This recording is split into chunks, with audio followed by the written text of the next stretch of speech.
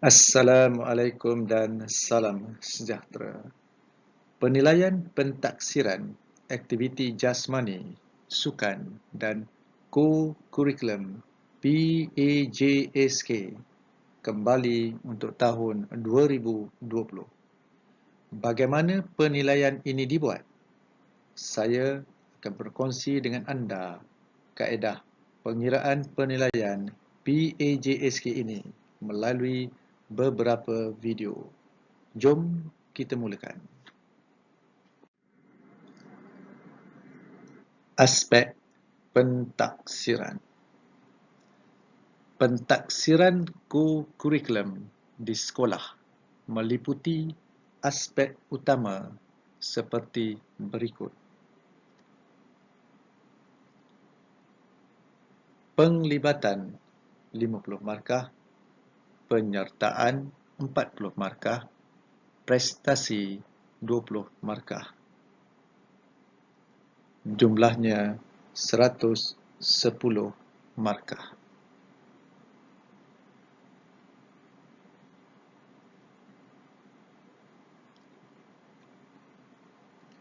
Pembahagian markah untuk ketiga-tiga unit iaitu kelab persatuan, pasukan badan beruniform dan sukan permainan adalah sama, iaitu penglibatan 50 markah dibahagikan kepada jawatan 10 markah, peringkat 20 markah, komitmen 10 markah dan khidmat sumbangan 10 markah. Manakala penyertaan pula dikira untuk kehadiran yang merupakan markah tertinggi iaitu 40 markah. Dan untuk prestasi pula diberikan untuk pencapaian iaitu 20 markah.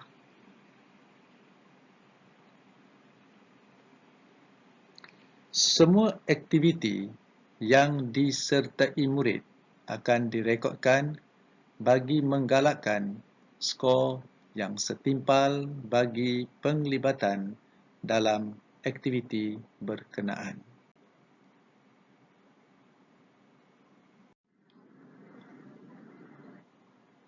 Pemarkahan kelab persatuan dan sukan permainan.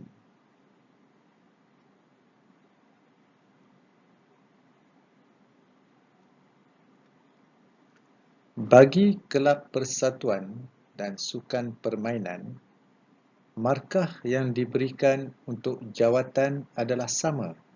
Sebagai contoh, pengurusi 10 markah, naib pengurusi 8 markah, setiausaha bendahari, penolong setiausaha, penolong bendahari 6 markah, ahli jawatan kuasa 6 markah, ahli aktif 4 markah dan ahli berdaftar 2 markah.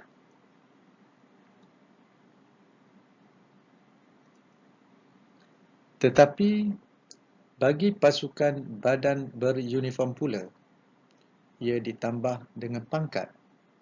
Saya ambil contoh pasukan kadet polis.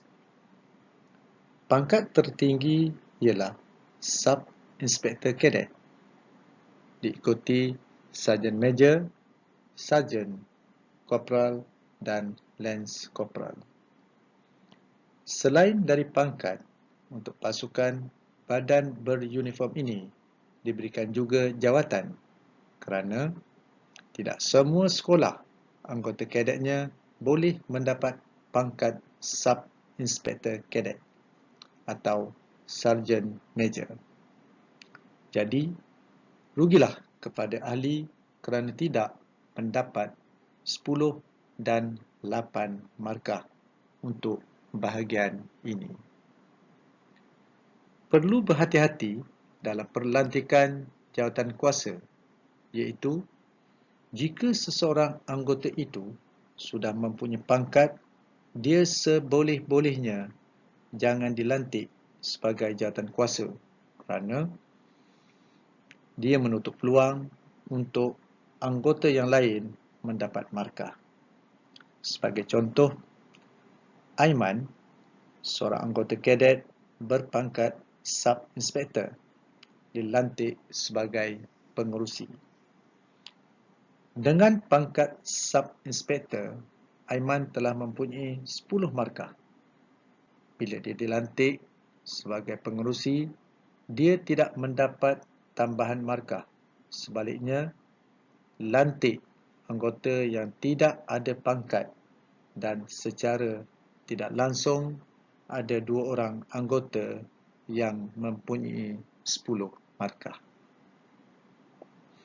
Perlu diingat, markah untuk jawatan setiausaha dan bendahari dan ahli jawatan kuasa dalam kelab persatuan, sukan permainan dan pasukan badan beruniform.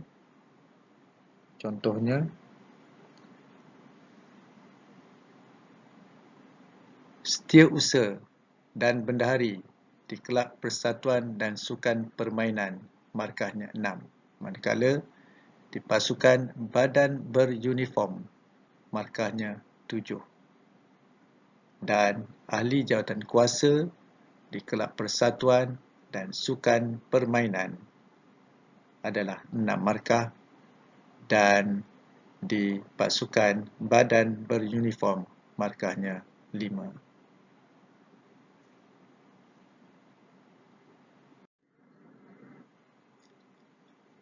Permarkahan peringkat.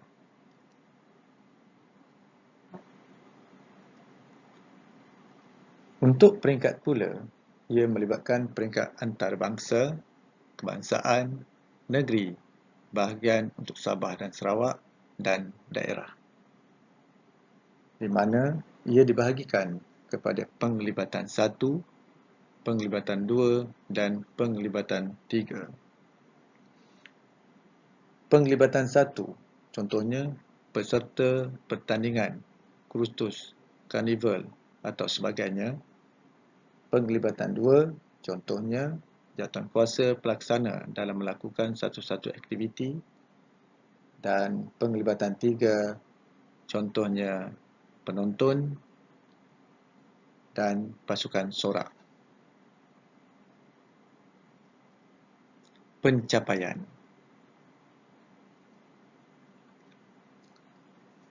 Pencapaian pula bermula dari Johan, naib Johan, tempat ketiga, keempat dan kelima untuk peringkat antarabangsa, kebangsaan, negeri, daerah dan sekolah, di mana markah yang paling tinggi ialah 20 markah, iaitu Johan peringkat antarabangsa, dan markah yang paling rendah adalah tempat kelima peringkat sekolah, iaitu 4 markah.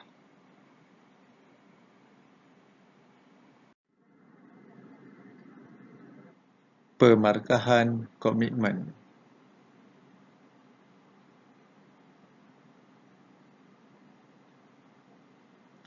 Hanya boleh pilih 4 komitmen sahaja dari jadual, sama ada menunjukkan kepimpinan, menguruskan aktiviti, membantu guru atau rakan, menyedia peralatan, mengemas peralatan, membersih kawasan, menempati waktu, menunjukkan minat, menunjukkan kesungguhan, mengikut arahan, mencuba, memberi kerjasama, atau mana-mana nilai murni yang boleh diperhatikan.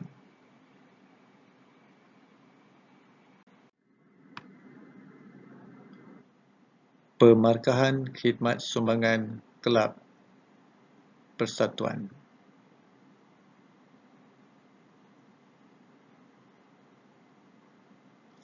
Khidmat sumbangan hanya untuk peringkat sekolah sahaja.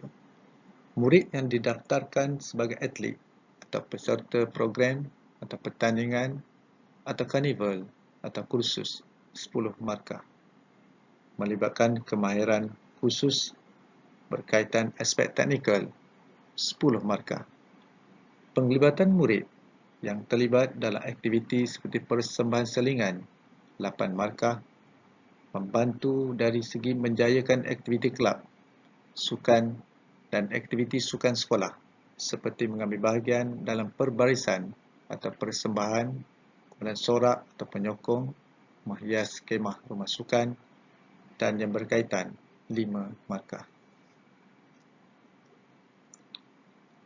Khidmat sumbangan untuk sukan permainan.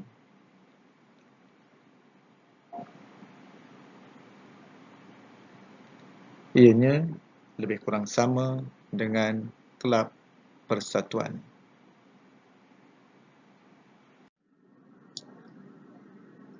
Pemarkahan khidmat sumbangan pasukan badan beruniform.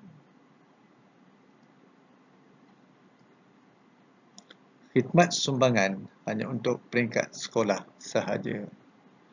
Peserta perkhemahan, program atau pertandingan 10 markah. Teknikal, hakim pembantu jurulatih 10 markah.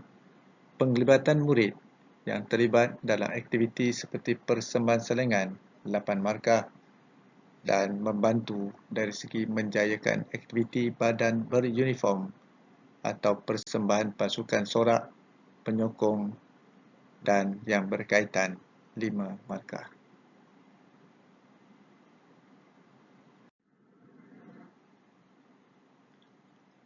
Permarkahan kehadiran.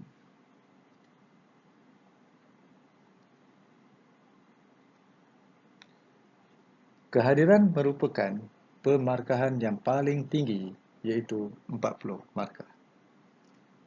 Kehadiran ini dikira dari jumlah 12 kali perjumpaan dalam setahun. Jumlah jam perjumpaan 3 jam untuk satu perjumpaan. Jumlah jam perjumpaan setahun ialah 36 jam. Untuk tahun 2020, jumlah perjumpaan yang dikira ialah 7 kali perjumpaan kerana negara kita terlibat dengan COVID-19.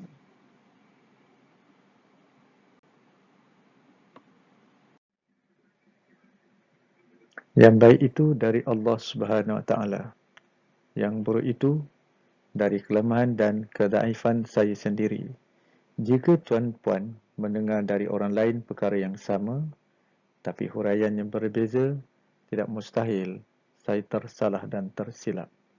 Yang maha sempurna itu dari Allah Subhanahu Wa Taala. Semoga perkongsian ini memberi manfaat kepada kita.